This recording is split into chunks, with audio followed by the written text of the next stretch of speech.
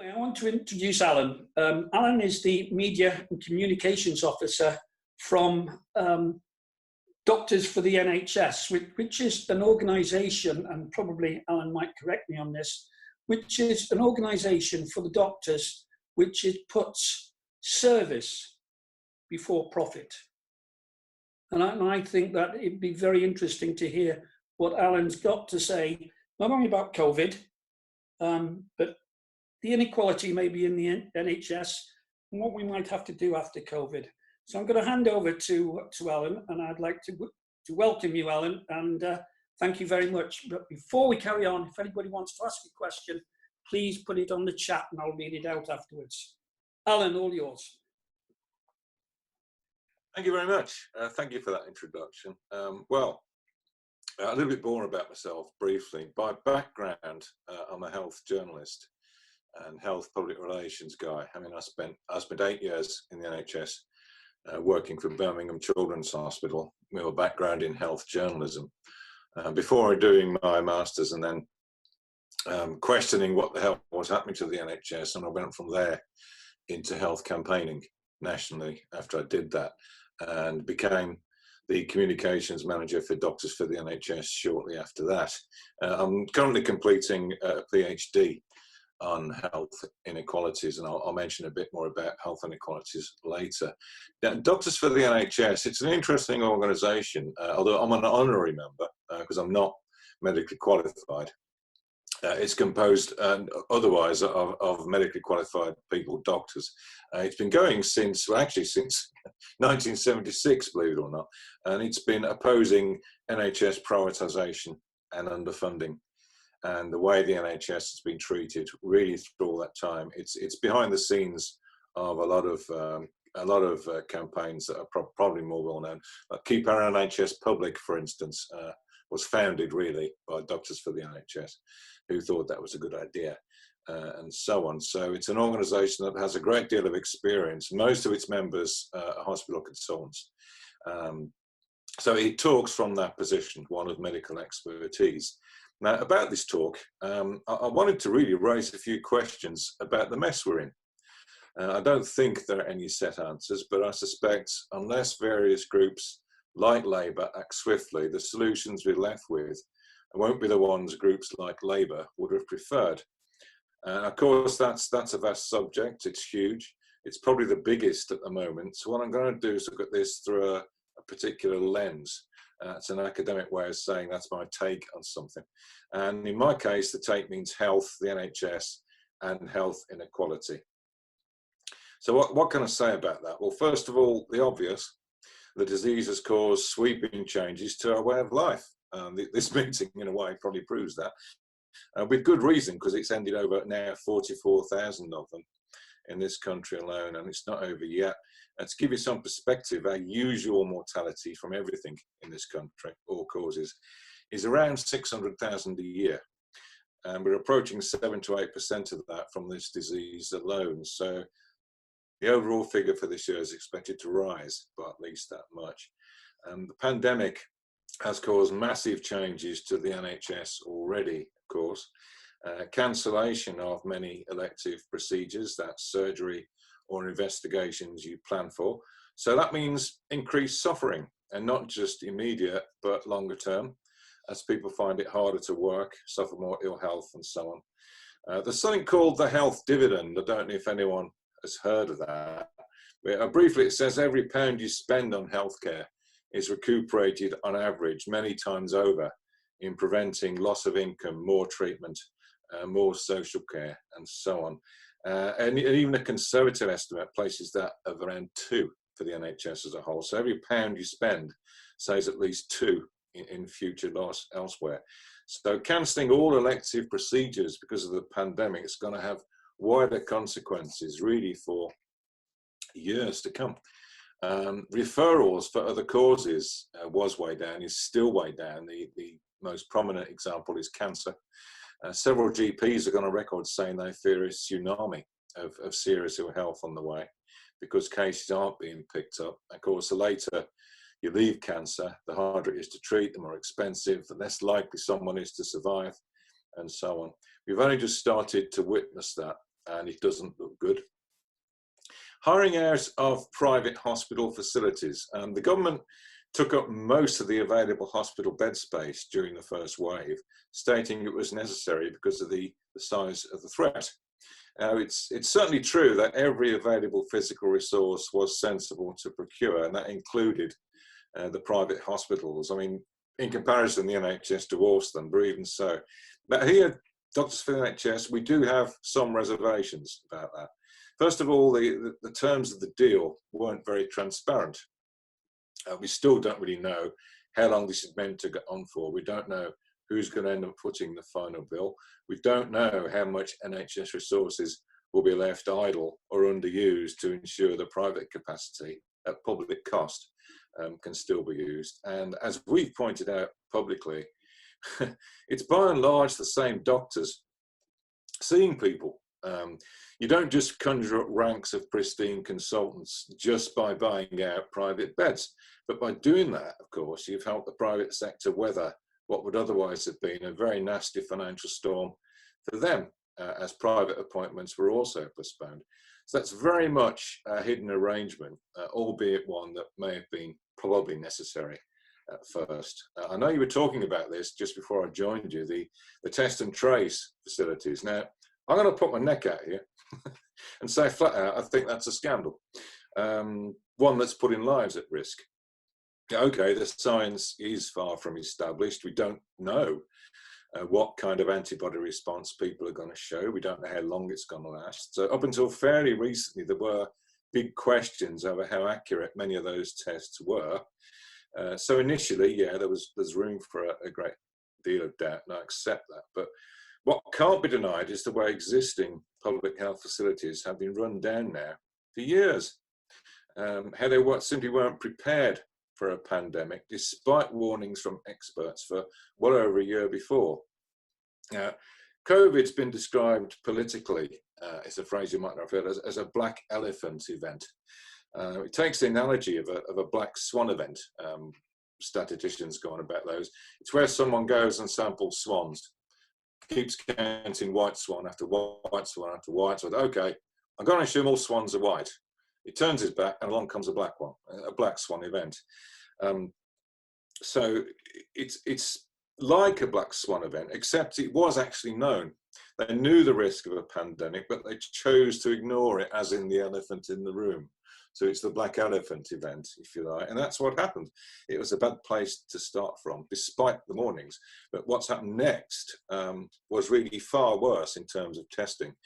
We have a well-developed, established system in this country to allow local authorities to find out where a threatening disease is and allow them to act quickly to control it. Even though run down through austerity, it remains in place. It could have been added to, it could have been built on, allowed local areas to form the best judgment of who was having the disease and where, who was likely to catch it. Timely testing of fast results for known individuals is key to that, and that's really the whole point of having the notifiable disease system, which has served us well in this country for well over a century.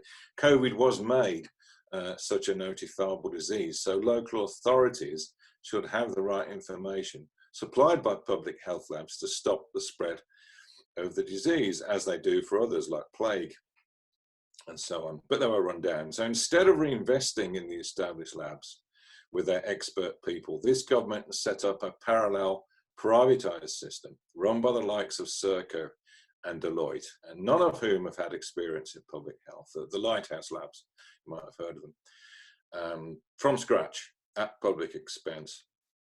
You'll have seen the shambles that created in the beginning, but it gets worse because not only were the lab results taking too long to be of much use, certainly in the beginning, several days, which is effectively useless, but the private firms weren't handing over the patient information to local authorities or GPs to act on, just the individuals concerned. Local authorities were told it was data confidentiality that was preventing this, even though they've got the legislative right to know who these affected people were and where they lived, and they were still expecting to act blind. So this privatised system has sidelined the best possible people and stopped those required by law to act on the information it eventually yields from getting the information. So that's a double whammy against public health at great public expense. So that really is the kind of effects the virus and the pandemic has had on health and the NHS. But it'll keep causing massive changes to the NHS.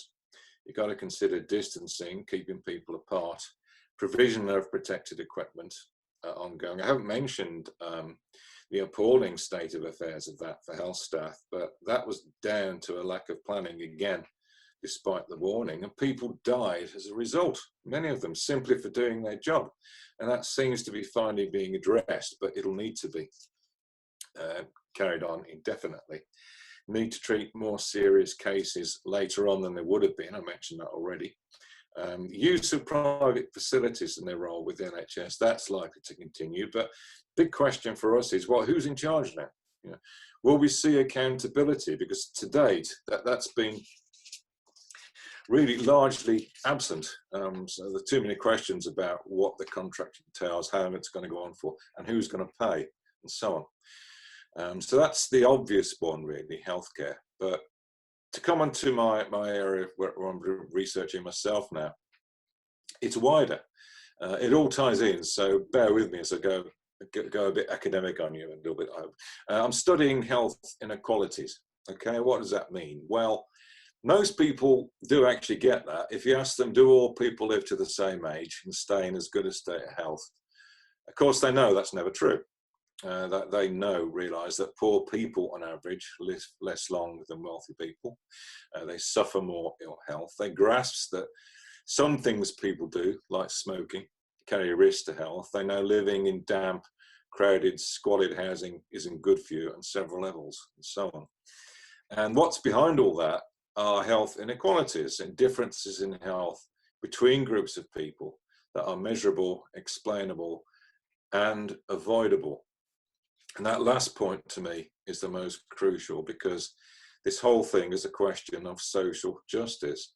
If the fact of groups dying 10 years sooner than another group can be explained by known causes, not trying to tackle those causes is socially unjust. I mean, that figure of 10 years, by the way, is fairly typical for the difference between life expectancy in many parts of the country between the richest and the poorest.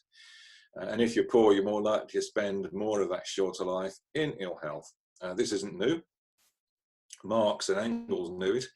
That was in the 19th century. It was seen at the time of the bubonic plague. That was in the 14th century. So my stance, which I share with the likes of Michael Marmot, do read the Marmot Review 2020, if you can, by the way, and I'll send the PDF through afterwards, is that it's incumbent on any society which claims to be fair and just to do what it can to overcome those health inequalities. It's been shown that health inequality is not largely down to the NHS, and that's where a lot of people start to question things. But it's true. What causes these differences are things like physical conditions, working conditions, education, housing, lifestyle behaviours, and they're sometimes called, wrongly called lifestyle choices, by the way, though for many it's the lack of choice that makes that difference. The psychosocial factors like stress, guilt, shame, how people perceive their status, all of those, by most reckonings, contribute around 90% to health inequalities. Healthcare provision, the NHS, that's the remaining 10%. So it's important, especially when it's held back because of a pandemic, but it's not the main driver. So tackling those driving forces is what matters. If you want everyone to stand the best chance of leading a healthy life for as long as possible, and that's what you need to do. And in case anyone here hasn't spotted it already, I'll be surprised if most, if not all of you have. Yeah, that's what many people would define as socialism. That's right. So how did the virus change things? For that, we're starting to see already what that means for inequalities, not just in health. Poorer people are more likely to catch it and die from it if they catch it, as are ethnic minorities. Income and ethnicity are established ways of defining groups of people, of course.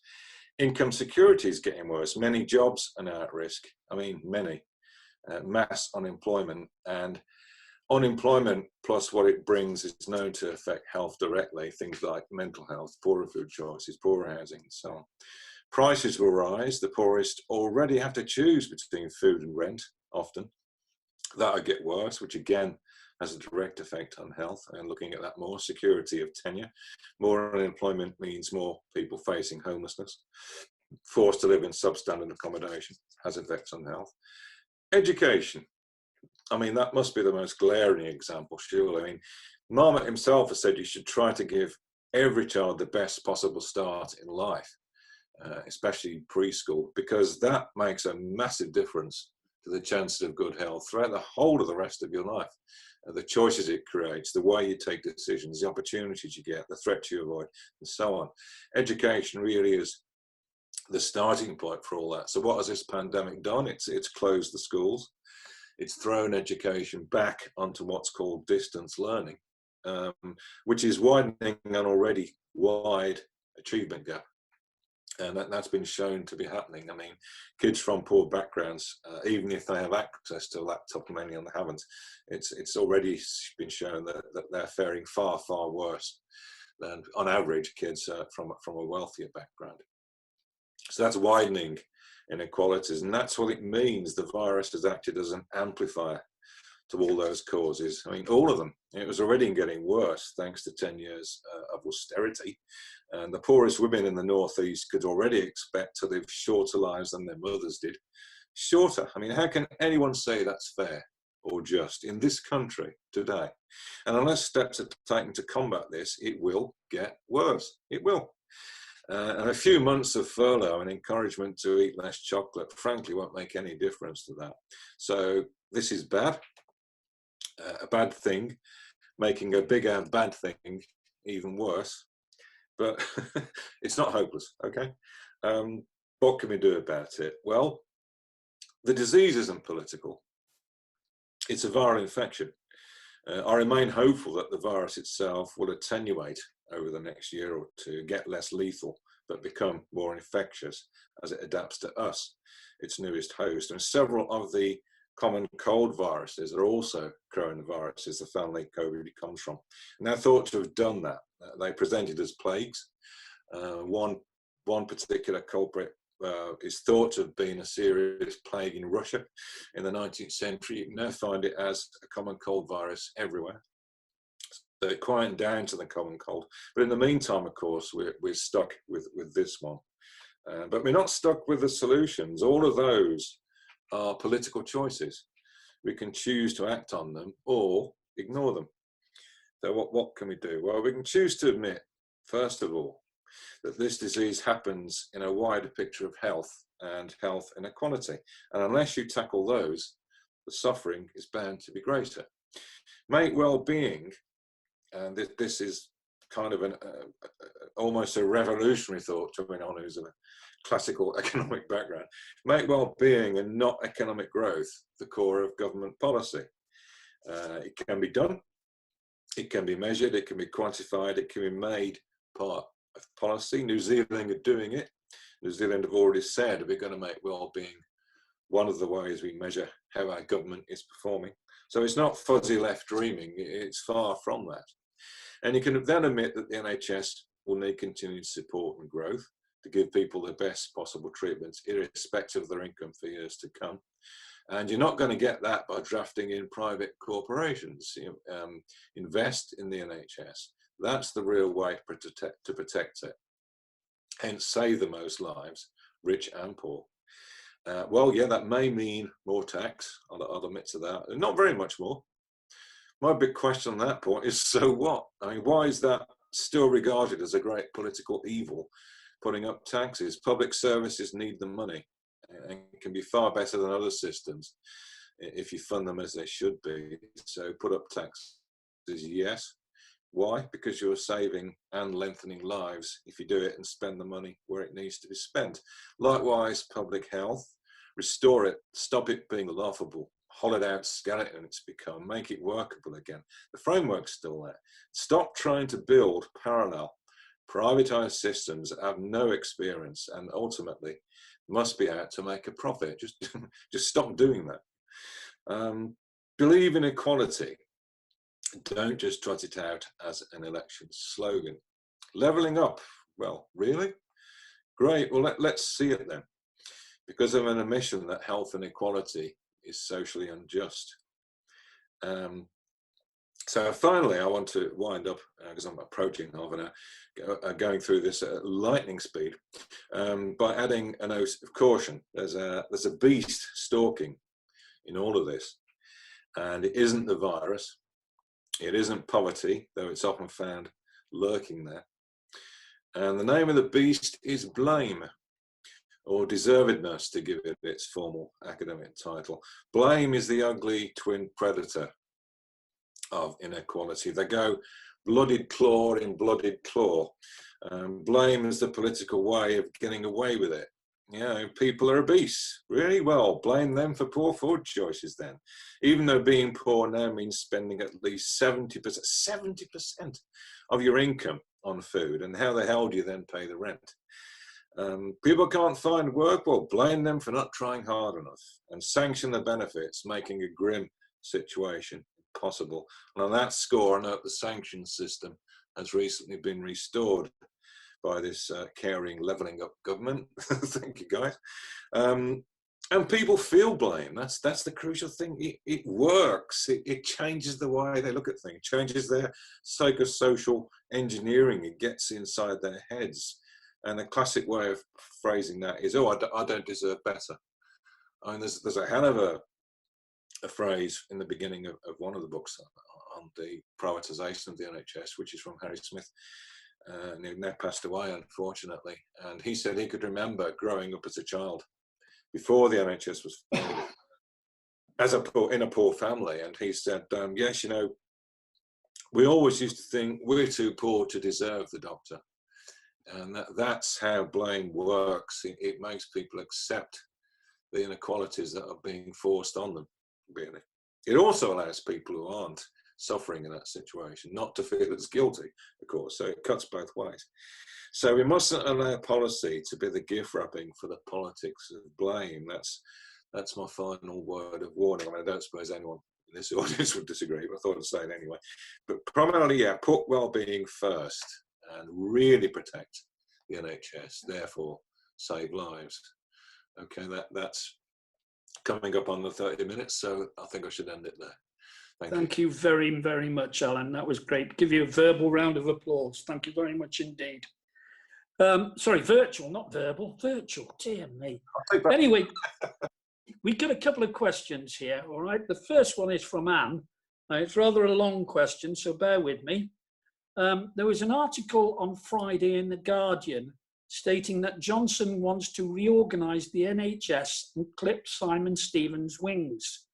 But in the detail of the article, it states that the NHS legislation now planned includes making integrated care systems legal entities. Do you think this is to increase privatisation of the NHS, in particular with US medical companies, and that he is using unhappiness and how NHS has treated COVID as a smokescreen? Would you like me to repeat any more of that? I think I've got it. On the first point, the smokescreen one, yes, almost certainly. It is being used as a smokescreen. This is a phrase, isn't it? Never waste a crisis in politics. Don't let a crisis go to waste. And you know, when all this lionising of the NHS was going on, when we all stood outside every Thursday and clapped for the NHS, well, that was great. But I couldn't accept that was the true sentiments of this government. I thought, I horribly suspect this is about political expediency. And after all this, when the clapping has stopped, when we're all hopefully starting to come out of the first wave, although, you know, the more aware of us realise it'll be the first of several, it'll change back to the way it was. And I think the way they're doing that is going to be through blame and through hiding things and through claiming to do things through the emergency, which in fact could have been done in a far more open and transparent way. And I think that's happening in several ways now. On the first part of the question, the bigger part, the whole thing about ICS is, oh dear, that, you know, on the face of it, they profess to be a good thing, don't they? They profess to make care integrated and to make social care, healthcare a far more fluent and natural system. So, yeah, they could be a force for good, but then it comes down to political trust, I'm afraid. They're so open-ended that they could equally be, as the questioner has raised, a backdoor for privatisation on a very big scale indeed, with the likes of US healthcare companies, although technically South African private healthcare companies are just as predatory, actually, and as likely to get their foot in the door, if not more. It's down to political trust, and the record of Conservative governance in this country with the NHS has not been very good on that. So on that regard, I can't bring myself to trust them somehow. But yeah, I have to, intellectually, ICSs could be a way of making things better, but that could equally be a way of letting the wolf in, Which way is this government likely to turn? I think people must make their own mind up on that. My personal view is that be very, very suspicious indeed, especially when things like blame and obfuscation seem to be happening more and more, which they are. I've got a couple of other questions here, two from the same people. I'll just say that this one's from Victoria and the next one's from Andy. Vicky said, Alan, I hear you say tax to spend. And of course, that's a myth. As a currency issuer, we don't need to tax to spend. We can just fund social projects. The government will never run out of money. And get this from Kelton. She wanted to make that point very clear. And that's what a few of us here actually agree with. Tax is just an excuse in some ways to put up taxes. And the other question is, what are your top 3 demands in connection with NHS that you would address to government? Your top 3. Okay. Well, the first one, I'll accept I'm not an economist. Economics is not my strong point. I'm a social scientist and sort of background in medicine and the NHS. So yeah, I'll accept that. In which case, yes, it's again more obfuscation, isn't it? They could spend if they wanted to and still afford it. I accept that. The top 3, well, the top one really still has to be repeal the Health and Social Care Act as a discrete and definite thing you can do as a political act to stop. You won't do the damage doing that, and replace it with something like the Alison Pollock's NHS reinstatement bill, which I worked on that campaign for a short time as well. That would at least stop the car from careering closer to the cliff edge, if you get the analogy. To reverse the damage is going to take more. So if you repeal the Health and Social Care Act and put the reinstatement bill site in place, that will, in a sense, I guess, achieve much of the next 2 aims, which is stop any kind of systematic privatisation. In fact, have a very close look at any kind of privatisation. Now, by that, I don't mean stop all private medicine in this country. I don't think you could. And in fact, the NHS has turned to private suppliers where it controls the decision making and the money on a local level. Waiting list initiatives, you may have heard of them. That certainly happened in a big place like Birmingham. The NHS trusts will occasionally farm work out, give it to small private hospital, elective surgery, hip-hops, that kind of thing, knee replacements, in a controlled way to bring their waiting lists down. But the key there is that's not privatisation. That's the NHS making a temporary decision locally, and it's NHS managers locally that still hold the purse strings and control. Well, by privatisation, I mean hiving off whole chunks of the NHS and giving it to private companies, which the Health and Social Care Act almost guaranteed in some areas. And the other one is really fund the NHS to the levels it really needs, at least on a par with other leading EU nations like Germany and France, which spend more on the NHS than we do. So those are really the top 3 demands. Change the law, stop privatising, and give it the money it deserves, mate. Those are my 3. Yeah, that's true, yeah. you got a clap there from Sally, who thinks that's a brilliant answer. And also your views are very well accepted by her, which is great. I've got no more questions here on the chat, so I'll ask you a question if you don't mind, Alan. One of the things which I found rather strange during this pandemic was then when you saw the Chancellor of the Exchequer and the Prime Minister of the country going outside at 8 o'clock on a Thursday and clapping. And then when it comes up to them on Wednesday, last Wednesday, when Sunak could have done some good, totally ignored the NHS, totally ignored the carers. And I just wonder, should this government keep on getting away with the hypocritical attitude which they have? And if so, how can we actually change their attitude? Oh, well, that's coming closer to one of my other home territories, which is, of course, public relations. Yes. You know, I'm a PR guy. And that was an exercise in public relations.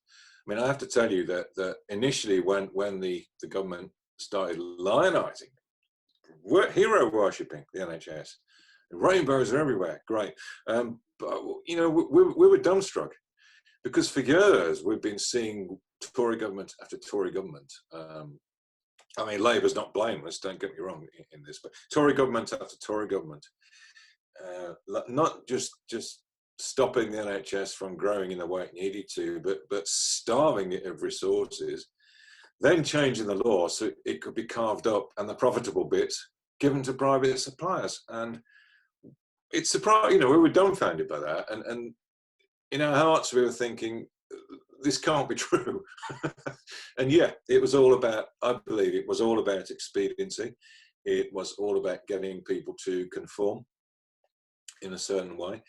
In fact, the most interesting, going back to the second point of question, the most interesting observation I remember thinking, well, how the hell are they going to get back to where they really want to be? You know, what mechanisms are they going to use to get people to forget this wondrous thing, the NHS can't do a thing wrong with it? And I think the mechanism for that is probably blame, as I said before. It works politically as well. Governments blame different agencies to detract from their own shortcomings, and that, of course, is the core of the answer to your bit about how do they get away with it. That's one of the mechanisms they're using. Nothing marvellous about that. Governments do that all the time. You know, propaganda, PR, call it what you will. They do that to change public perceptions and perspectives and attitudes constantly. It's a way of governing the people, really, a way of keeping government. So that's how they get away with it, that they change the minds of the people. But the more people like yourselves who are actually canny and aware of it, I think the harder that job becomes, which is why I agreed to speak eventually to a meeting like this one.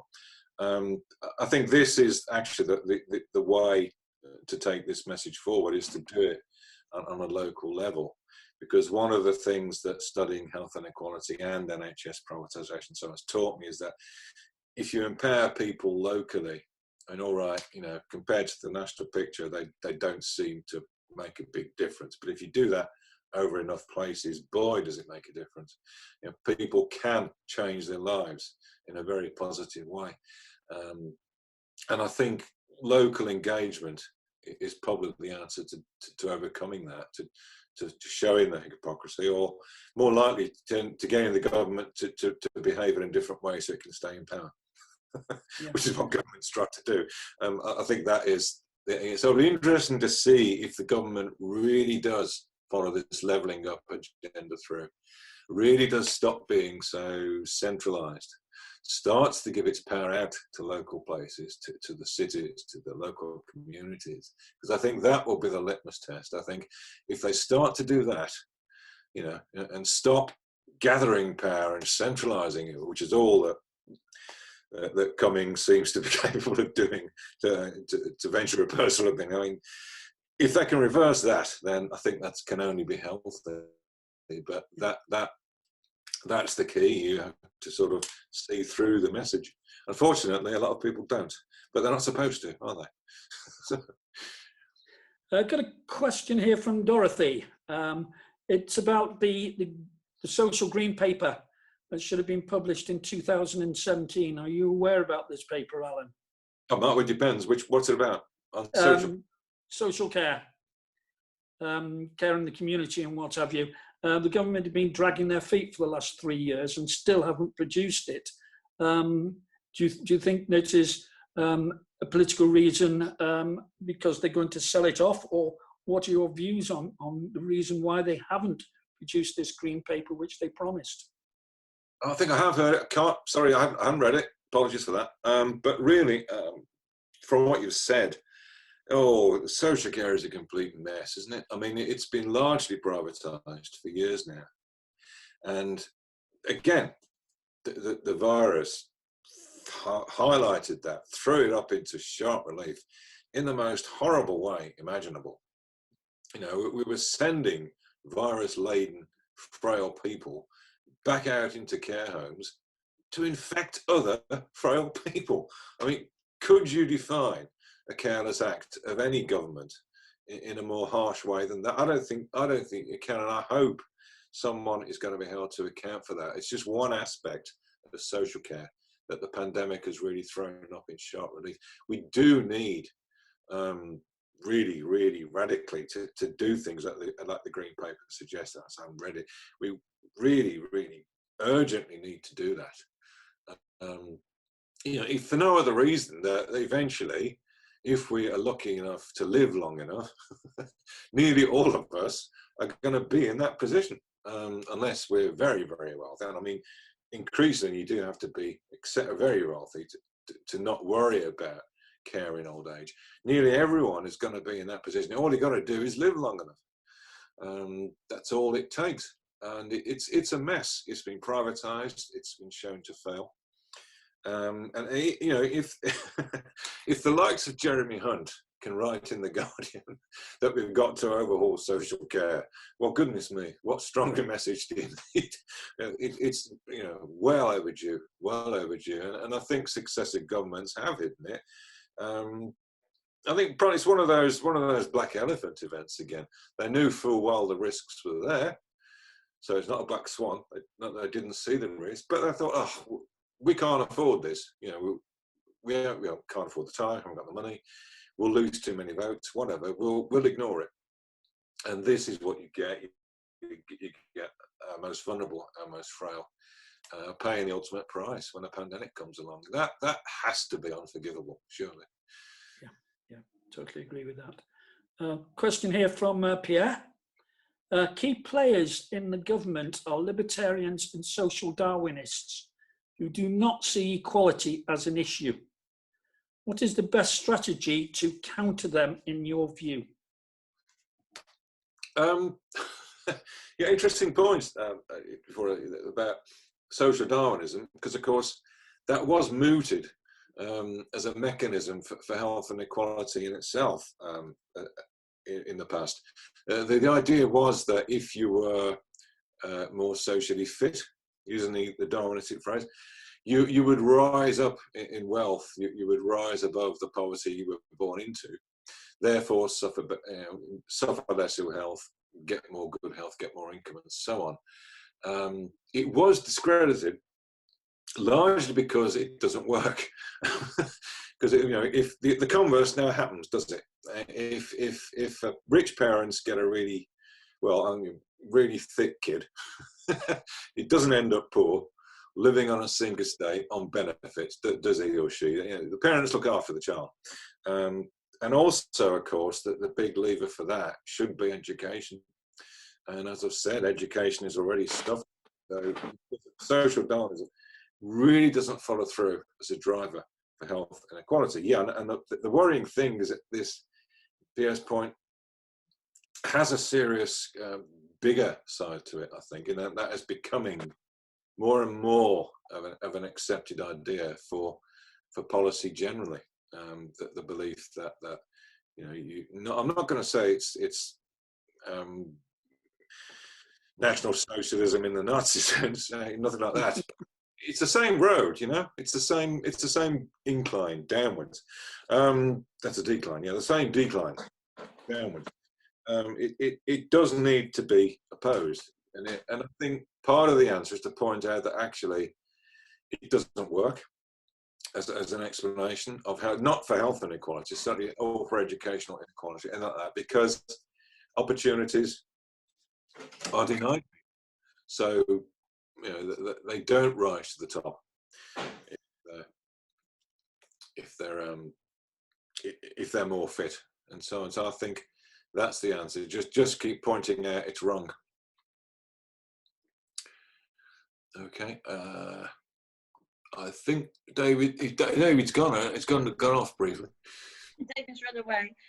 There's one more question here from Vicky and Andy. Have the doctors that attended the daily briefings lost credibility with other doctors, or are they considered properly measured? Doctors, the medical doctors, the medical director and so on. I think so, yes. Yeah, the sort of medical authorities. Well, I think the only way you can look at that, I mean, the Royal Colleges haven't said that they're professionally undermined. I think they're really in a really hard place, to be honest. They're in a cleft stick, because on one hand, I think the Johnson government wants to develop this style of governing far more like the US presidential one, where advisors are to the head of state side far more often. But they're then vulnerable to whatever the head of state happens to say.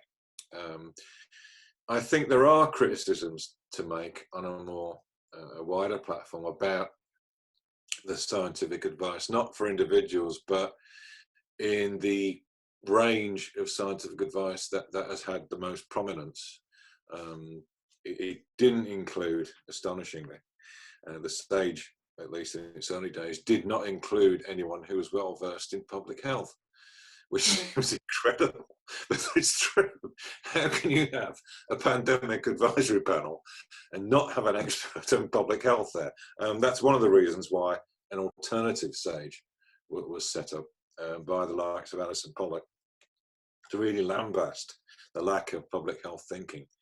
We're also seeing sort of the emergence of what Cummings has called data science, data profiling. Now, it doesn't really answer the question about individual scientists in positions of government, but I think that's a very sinister thing indeed. I don't know if you heard of it. Data scoring.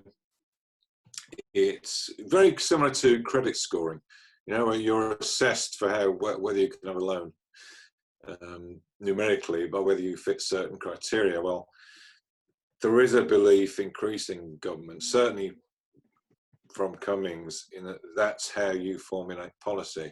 And it's almost as if it's making ethical frameworks redundant or surpassing them, just relying on data science and data scoring. And the most worrying point for me about that is it claims to be value neutral. It claims to be a wholly scientific process. Well, of course, in politics, nothing is value neutral. Everything has assumptions underneath them. And so that's a worrying thing, I think, a worrying trend within government is the kind of science that's now being given more credence. And public health wasn't one of them at the start of the pandemic, which I find incredible. Again, something which I hope is deemed unforgivable when we do have, and we should have, an inquiry. Thank you. Dave, carry on, please. I had to rush off because the cat was bringing up a hairball, not a present. Okay. There was another question. Hold on. Yes, the question here what are your thoughts about schools reopening and the risks that might attend it? Nigel's might attend it. Nigel's asked us if you. Well, I hope a consensus is starting to emerge that actually the risks of keeping schools closed for as long as they have been far outweigh the risks posed by the infection risk of the virus. As I said briefly in the chat, and again, I apologize, it was a lightning speed. I thought I had a lot of ground to cover. Education and the need for education is one of the most powerful drivers for overcoming inequality, not just health inequality, but all kinds of inequality. And if you withhold education for any length of time, it's really quite alarming how quickly that can become damaging for the whole of the life course, unless you take really strong steps to overcome it. And we've kept our schools closed for months now, and the plan is to keep them closed until September. And I think the scientific and political opinion which said that the risks caused by doing that are actually far more tangible and far greater than you're giving them credit for in just looking at the risk of infection, which I think there is a fair body of opinion. This is actually the risks to children aren't that great anyway. And so if you can practice social distancing of the adults within that setting, in other words, the teachers, the risks to the children, they're not zero, but they're certainly far outweighed by keeping kids off school for as long as they have been. So, I mean, yeah, the 1980 flu pandemic, well, perhaps not a fair comparison, but they didn't close the schools at all. They carried on, and that affected young people far more than this variant of the virus does. So I think the risk of damage to education has been underplayed, is the short answer. Okay, thank Got you. a question here from Antonio. What are your thoughts, and this is what Boris Johnson said today, what are your thoughts about wearing masks in the shops? Well, I think the most telling description I've heard about mask wearing was from Trish Greenhill, Prof Greenhill at Oxford, pointing out that you can't really test scientifically the wearing of masks in public to stop you getting infected. Ethically, that can't really be done. What you can say is that wearing a mask, if you're already excreting virus, will stop a lot of the larger particles from getting out.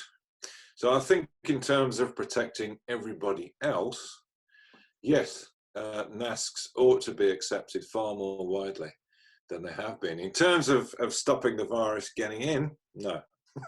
There the evidence is far less convincing. It's about protecting others. So it should be really a question of solidarity, citizenship, social awareness, that this is, I don't know, do I, if I'm actually carrying that virus yet. A lot of people carry the virus, excrete it, and don't even know they've done that. They recover, no symptoms.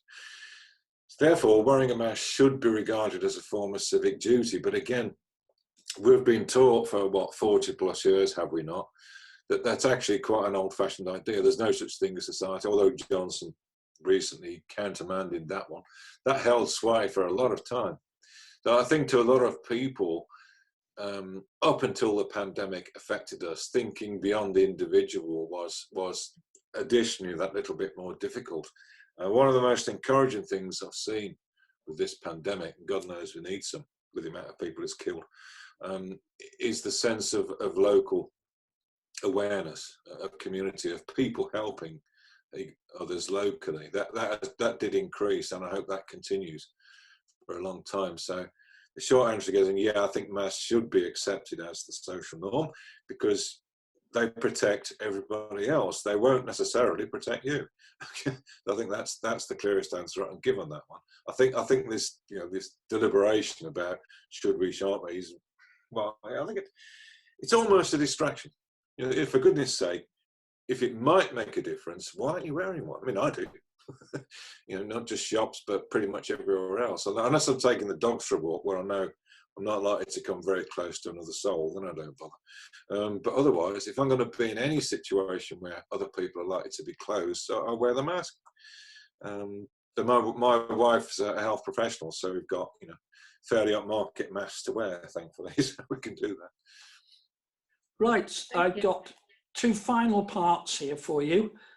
Kieran's made the comment here talking about masks, is that the New York Transit Authority say fewer staff die if wearing masks, which is an interesting point. And also, this is the final question here. I think it's a question because I haven't read it yet. It's from Lisa. There seems to be increasing unrest around lockdown, fueled in part by conspiracy theories that the virus is less dangerous than we are being told, or even a hoax. So what are your views on this? and the communication of public responsibility. Okay, the first one on wearing a masks in a particular setting, well, great. I mean, I hope maybe that'll give us some evidence, because at the moment, as Prof. Greeno said, hey, we just don't know. It certainly stops you from excreting the mask. If there's some as yet unknown benefit whereby it stops the virus getting in, well, that can only be a good thing. I mean, it could be that New York people all wore masks, so that those who were carrying the virus therefore infected fewer people who happen to be wearing masks as well. That could be effective that's at work there. And the second one, oh boy, that is a whole can of worms, isn't it? The hoaxes and the false stories. That's Lisa for you. It's part of my job to use social media as a tool for communication. Oh man, yeah. the way that this plugged into really actually quite ancient beliefs and ways of behaving, ways of blaming the other. You know, people were being aggressive, I've heard, and that might be a myth in itself, to people in Chinese restaurants because they thought the virus was a Chinese virus, and oh, it goes on and on, you know. That, I'm afraid, is a characteristic of any disease that poses a threat. It will attract a host of false beliefs about it. It will reinforce existing stereotypes and bigotry. It will, you know, plug in to people's existing beliefs about other groups of people they happen to think are wrongful or inferior or a cause of distress already. And I'm sad to say, I did hear that a lot of people were you know, allocating this virus to immigrants, saying, oh, the immigrants are dirty, they're carrying this, aren't they? And that's putting straight into the xenophobic immigrant narrative, which, you know, has very little evidence to support it.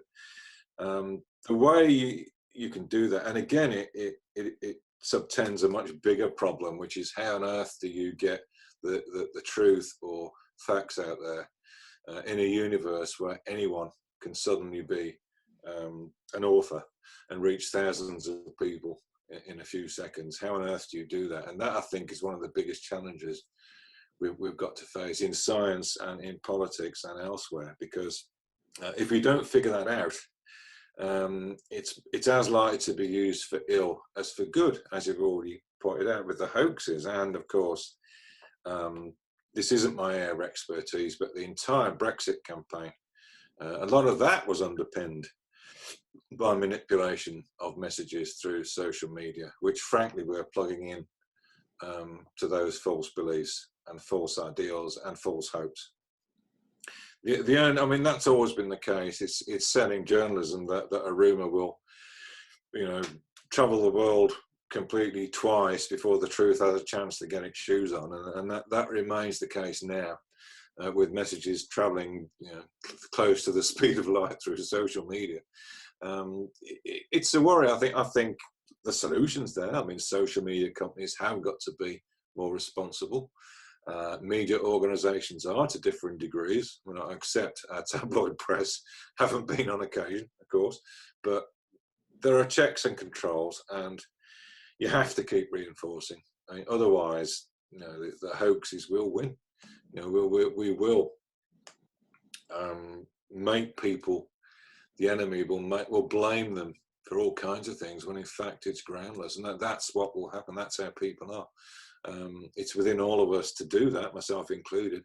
But we can, of course, be positive. We can take another decision. No, I'm not going to do that. And I think, you know, well, Cromwell said it, didn't he? Think it that you may be wrong. Even Cromwell said that. So I think that is the answer. You've got to be constantly questioning. I think people are, to be fair. I think people aren't taking social media as sacrosanct. It's still an echo chamber. And you can still go on there and read really quite horrific beliefs being portrayed as truth. And this goes through entire families. I mean, my sister's given to reading stuff like that and believing it on occasion. But you know, you just got to keep trying. It's not going to be easy, but we have to do that.